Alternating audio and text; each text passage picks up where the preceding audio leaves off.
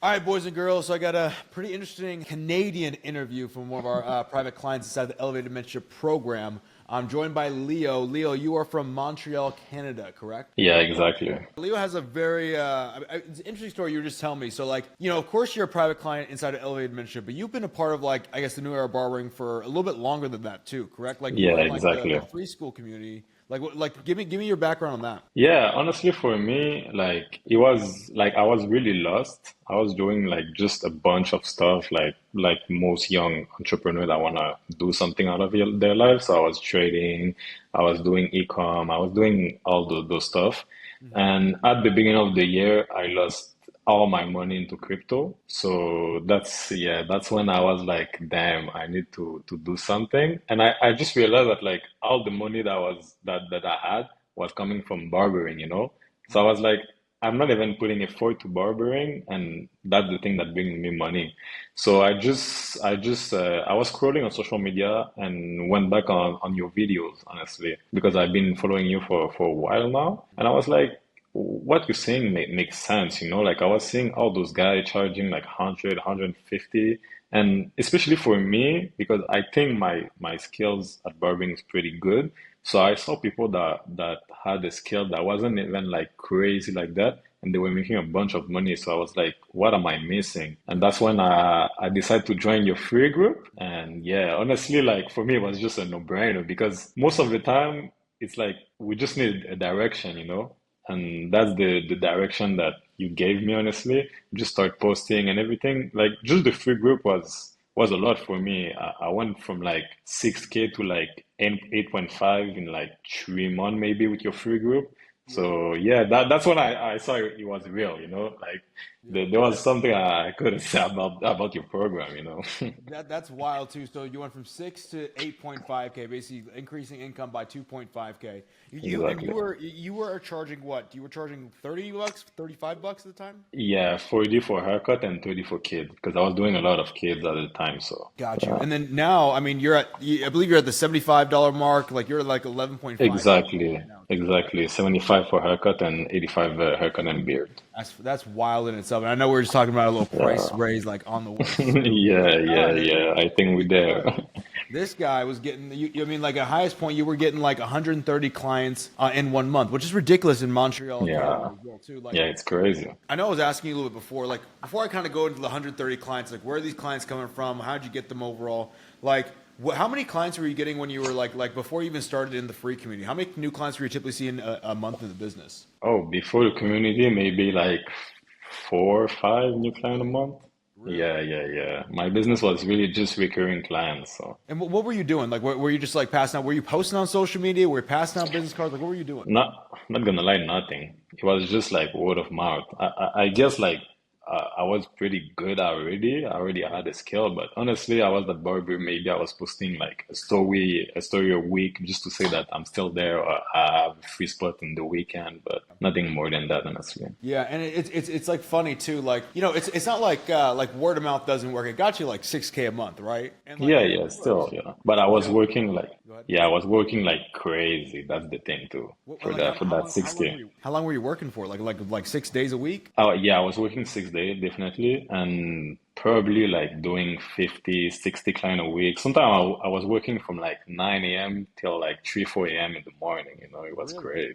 Yeah, yeah, Why were you doing that? Were you just in like the mindset of like this is how I run my business, like more haircuts, like I just cutting it for as long as possible type thing?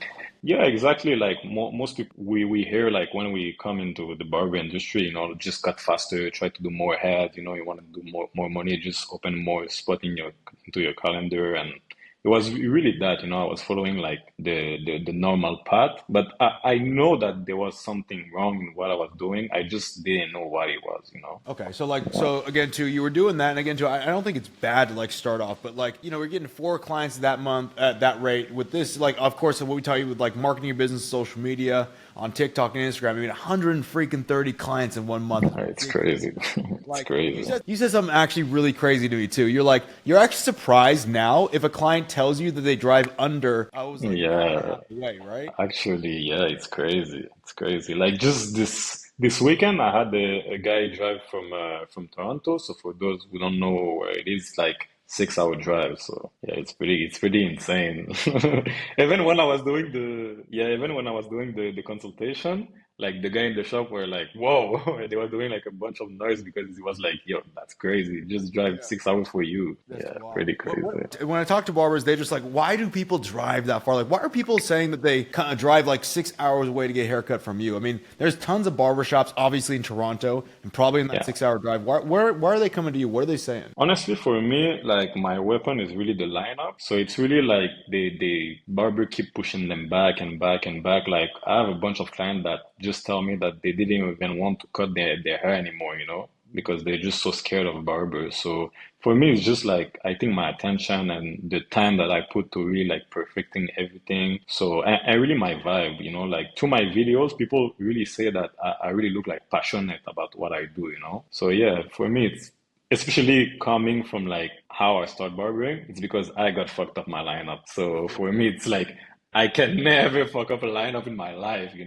It's like same thing with me and beards. Like beards my bread and butter because again, too, people would always fuck up my Yeah, beard. yeah, Like, no, you gotta do it like this, and it's just like you kind of know it intuitively overall. I guess for yeah, you, like, exactly. so you get these clients in, like they're coming like over again to like over an hour and a half away, over 130 clients right now, making 11K a month, charging Yeah, over $75. I mean, if we think about it, right, January, it's October, basically November, so it really only yeah, took you 11 months to get that type of business structure. I guess crazy. before, take me to like your mindset before of like growing a business. What were you thinking? Like, do you think like growing a business it would take like a long time? Do you kind of think like typical barbers like, oh, I got to put in like X amount of years before I can get to like this income level? Like, did you ever think like this growth was possible in this short amount of time frame? Before seeing your stuff, I didn't even think like it was possible, honestly. Like for me, that's why I was trying to do some other businesses because I thought like I was at like 40, like the biggest barber in my city was charging maybe like 50. So I was like, I'm not gonna work like crazy, like for 6 days a week for like a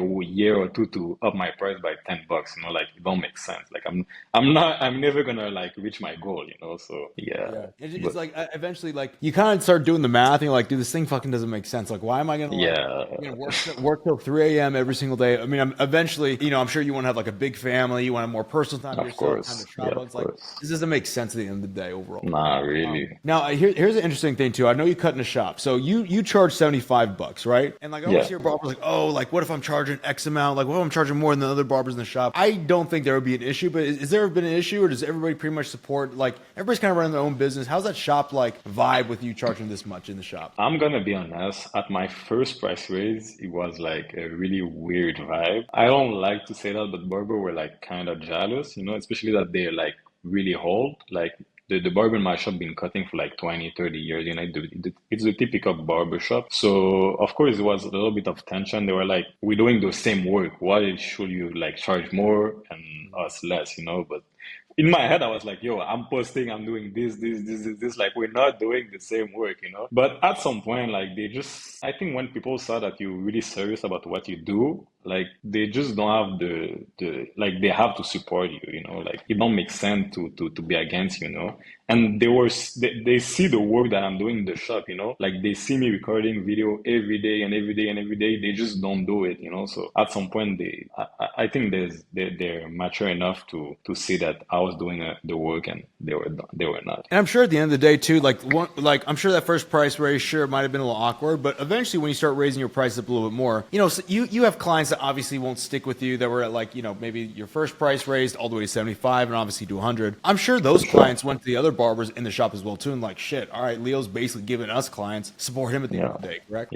Yeah, of course. And especially even now with my videos, like there's some client that just see my price and it's just too much for them. Like I can understand, but for some of them, they're like, if it's cutting good, like you have to be in a good shop. So I still bring like a lot of client to them. And they just up their price.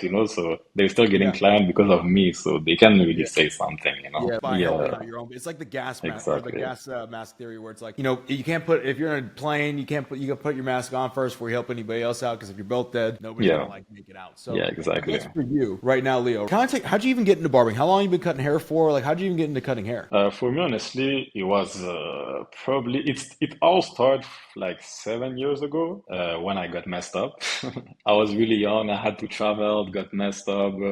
I just went to a barber supplier. I bought something like it was a really cheap clipper, and I was just like, I'm never going back to a barber shop anymore. But I really didn't want to become a barber, like I cut my own hair for like 3, 4 years. I didn't cut one single client, even if people were asking me because my cuts were pretty good, I think. But honestly, it really started from there. And during the pandemic, when everything closed, we need to get out with my friends and everything, and they was just asking me for like a quick lineup, and just with that, they saw that like I had some potential, because it wasn't the best, of course, but I wasn't fucking up anybody. Yeah. So like a month or two after doing like some quick lineup to my friends, like I just had an idea of doing like a Snapchat promo, like $15 for a haircut. I wasn't even charging, but I just said it's a promo, $15. And it's just like a lot of people start sharing the thing. Yeah. And a month after that, the owner of my shop that I'm in now just contacted me. So honestly, it just went natural. And Yeah.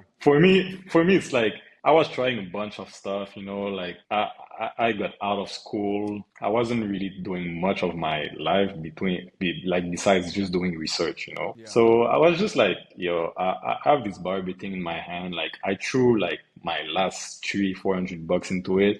Like let me just get it serious. And yeah, in like 6 months, my schedule was full. Honestly, it was crazy. That's Yeah, it was wild. crazy. Yeah. And how old are you right now? So you started 7 years ago. How old are you right now?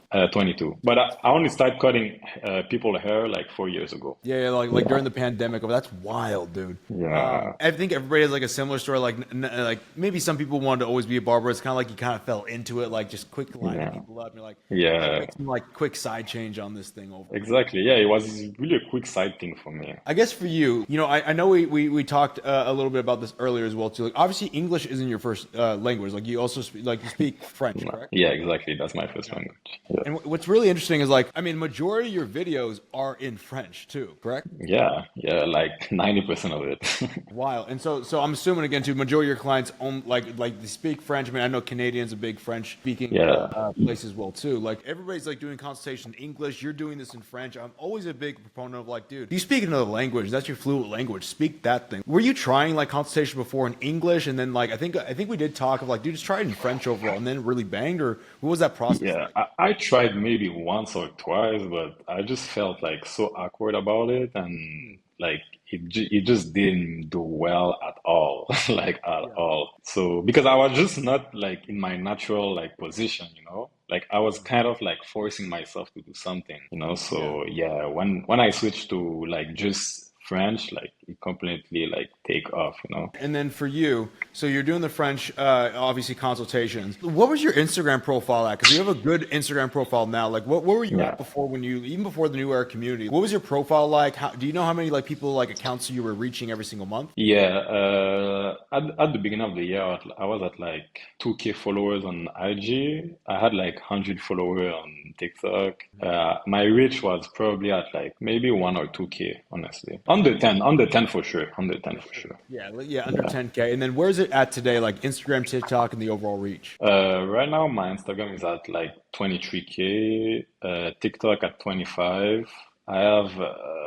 I reached my peak on Instagram at I think 980K reach. I'm Yeah. trying to reach that million, but yeah, That's yeah, still like still with you, and I think that's like so interesting too, right? Because like a million reach is something that I think everybody should get stabilized at. But like for yeah, you, I really think it's because you're doing like this consultations in a format where it's like an untapped like opportunity where it's like French speaking only. You're in a big French speaking exactly. country as well too, and like nobody. I mean, is anybody else making like French speaking consultations before you? I didn't. Yeah, honestly, like after doing it, like there's some people that start liking my stuff, and I came across like two profiles, but they Yeah. just they're not doing like the same like type of hair as me. They're just doing like some white hair, like scissor like technique and stuff. But there's no one doing Afro hair, so Because like my big ideology is you have one clear focus on one skill set and you market that all the time. Before you even came to the New York community, were you kind of like what every other barber was doing, was like marketing like a bunch of different hairstyles, trying to show you're a barber for everyone, you could do every hairstyle? Or were you always on like this like lineup and like really like more of the Afro hairstyle content? Honestly, I was just doing like some quick, like posting anything, honestly. Any showcase, anyone I was cutting. Honestly, I think it was the best thing to like post everyone so I can show everyone that like I can actually cut everyone, you know? But yeah, Absolutely. that was a bad idea. Yeah, I Yeah, mean, that like to was a scale, like bad again, idea. to get the business started, I don't think it's bad, but again, to get to scale, it's like one focus, one thing overall. Okay, now for Yeah, you, obviously, again, we're at 11.5K per month right now. Obviously, there was a lot of growth that had to happen when you first came in the program to now to get 130 clients. yeah, of I think course. I'm honestly thinking we're probably going to be, we could talk after the call. I think we're going to be ready to go up to $100 after this. We'll run your numbers. I Yeah. guess for you, like what's been like the biggest challenge you faced while working together and how'd you overcome that? My biggest challenge, honestly, yeah, I think it was just like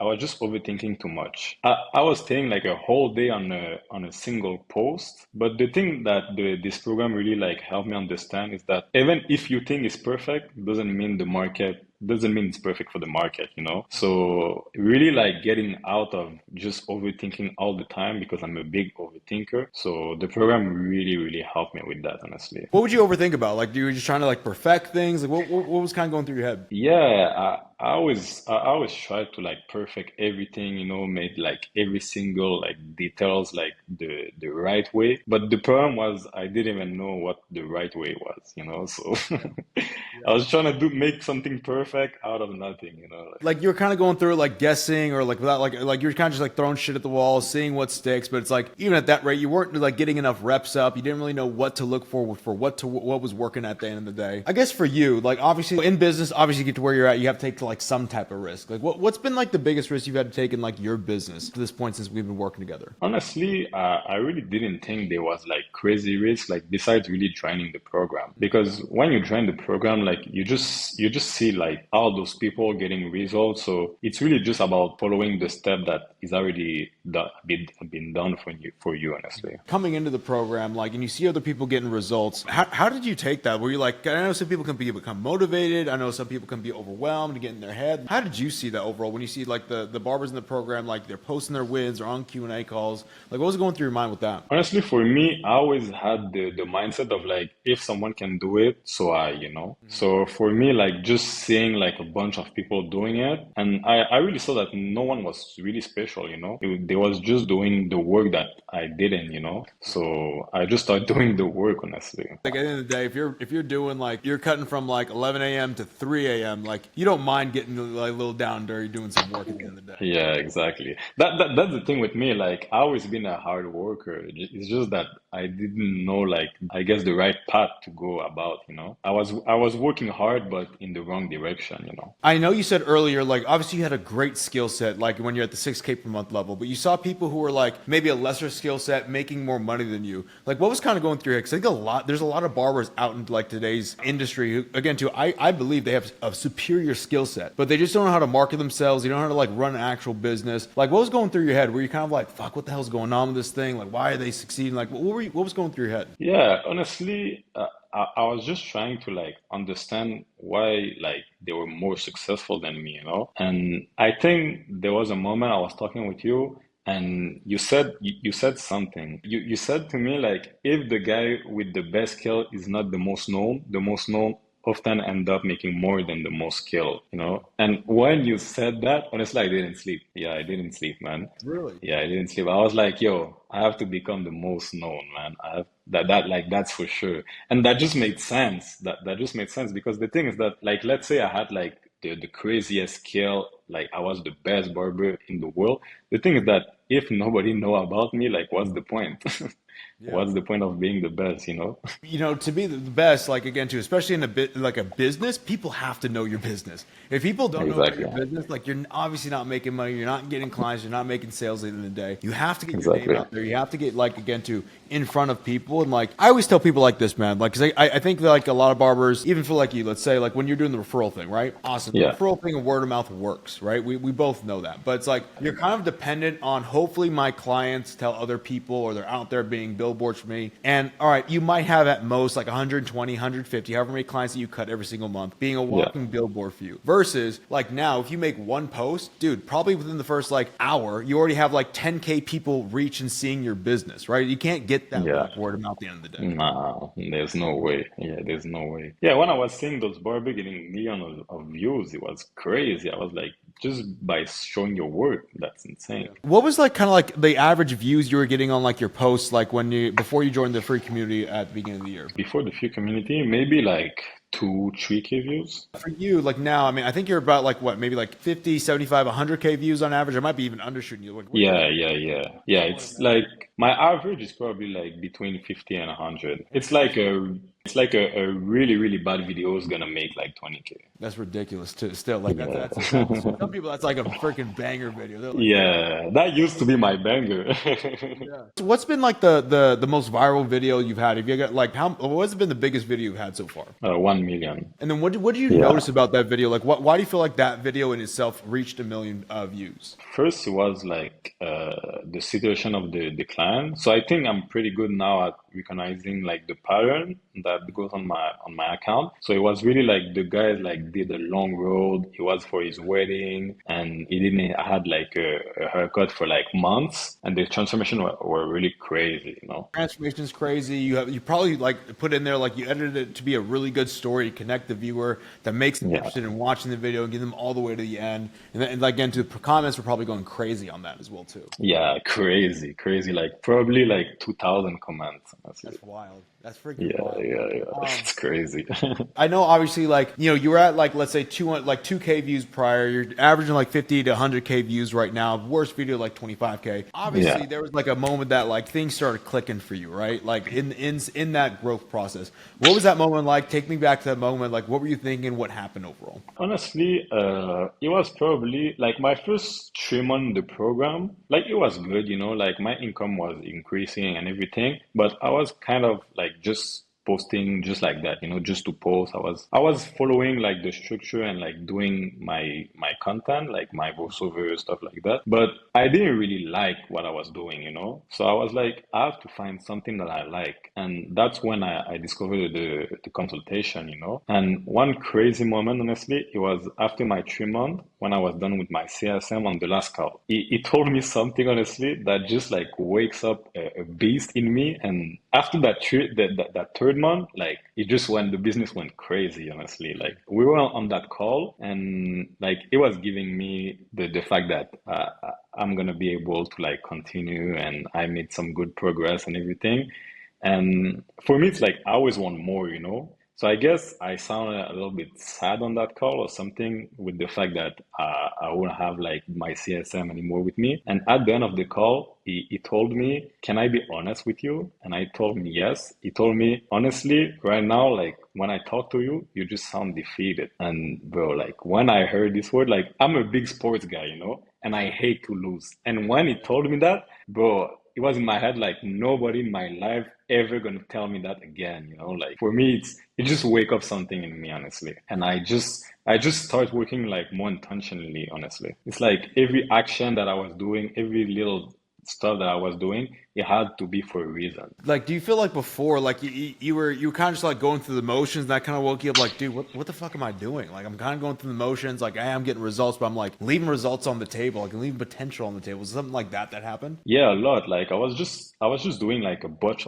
of different content, you know. I was just testing, testing, testing, testing, but I didn't took really the time to just focus on one concept and really like master it, you know. So I think just mastering it really changed everything for me. I guess for you, like how is like the barber industry in Montreal, right? Because like obviously everybody talks about like, oh, like like I can't get higher paying clients where I'm at, or like clients won't pay that like where I'm at overall. Was that ever like a mindset for you back in like let's say early January? You kind of like, if it was like did like how did you overcome that overall? Yeah, honestly, like just like I said, like I didn't think it was like possible to like charge more than that, you know, because most of the best barber in my city were charging just the same price as me. So I guess like really with the program, honestly, it's really simple with the program. It's just like following what you already made for us, like start posting every day, being consistent. Like people really don't understand the power of consistency. Like just doing it every day, like taking the reps every day, getting better every day, like it really ends up